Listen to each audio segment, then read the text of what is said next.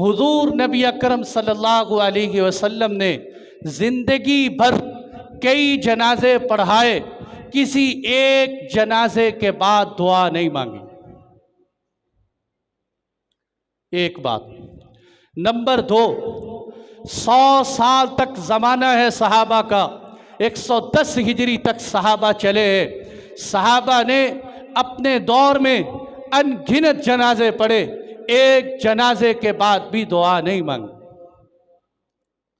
اس سے بھی آگے کہوں، تابعین، تبع تابعین، محدثین، فقہائے کرام، کسی ایک نے بھی نماز جنازہ کے بعد دعا نہیں مانگی۔ اب آ جاتی ہے بات، جی مانگنے میں کیا حرج ہے؟ مانگنے میں کیا حرج ہے؟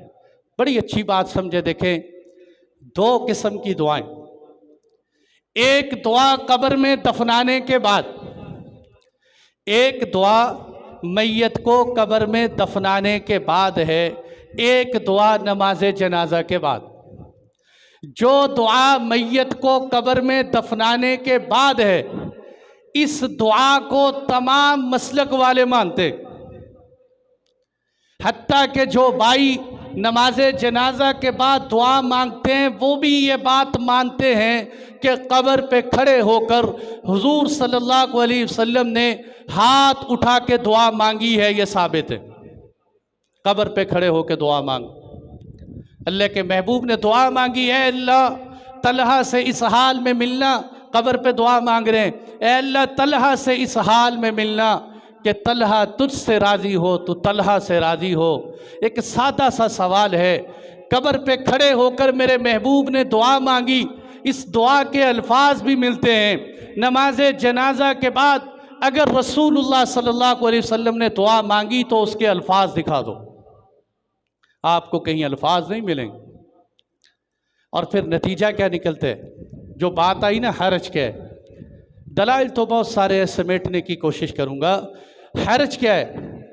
وہ میرے بھائی جو نماز جنازہ کے بعد، بڑی اچھی طرح سمجھے، میرے خیال میں اس سے ٹھنڈی اور عقلی دلیل کوئی نہیں، جو لوگ نماز جنازہ کے بعد کھڑے ہو کر وہیں دعا مانگ لیتے ہیں، جس کے بارے میں میں نے ان حضرات کے مفتیان کرام کو بھی سنا، وہ کہتے ہیں فرض نہیں، سنت واجب نہیں، سنت مؤکدہ نہیں، مستحب ہے، لیکن ہم تو اس کے مستحب ہونے کو نہیں مانتے، وہ کہتے ہیں کہ مستحب ہے۔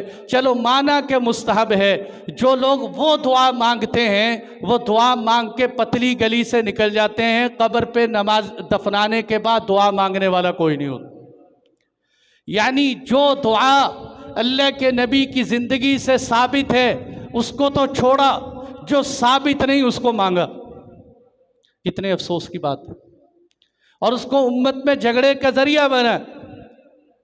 اب ایک حدیث آتی، ابن ماجہ میں ہے، مشکات میں ہے، حضرت ابو ہریرہ اس کے راوی ہیں، اذا صلیتم علی المیت فاخلصوا له الدعاء۔ ترجمہ اس کا پہلے میں اپنا کروں پھر بھائیوں کا کرتا ہوں۔ اذا صلیتم علی المیت، جب تم میت پر نماز جنازہ پڑھو، میرا ترجمہ سننا، جب تم میت پر نماز جنازہ پڑھو تو تم اس کے لیے مخلص ہو کر دعا مانگو۔ یعنی اللہ کے نبی نے بتایا کہ نماز جنازہ بذات خود دعا ہے، دعا کے بعد دعا مانگنے کی ضرورت ہے۔ اچھا، میرے بھائیوں نے غلطی سے ترجمہ کیا کیے، کہنے لگے کہ اذا صلیتم، صلی ماضی کا صیغہ ہے، پاسٹ کا صیغہ ہے، جب تم میت پر نماز جنازہ پڑھ چکو، اب پڑھ چکنے کے بعد دعا کرو۔ میں نے ترجمہ کیا کیا، جب تم میت پر نماز پڑھو اس وقت مخلص ہو کے دعا مانگو۔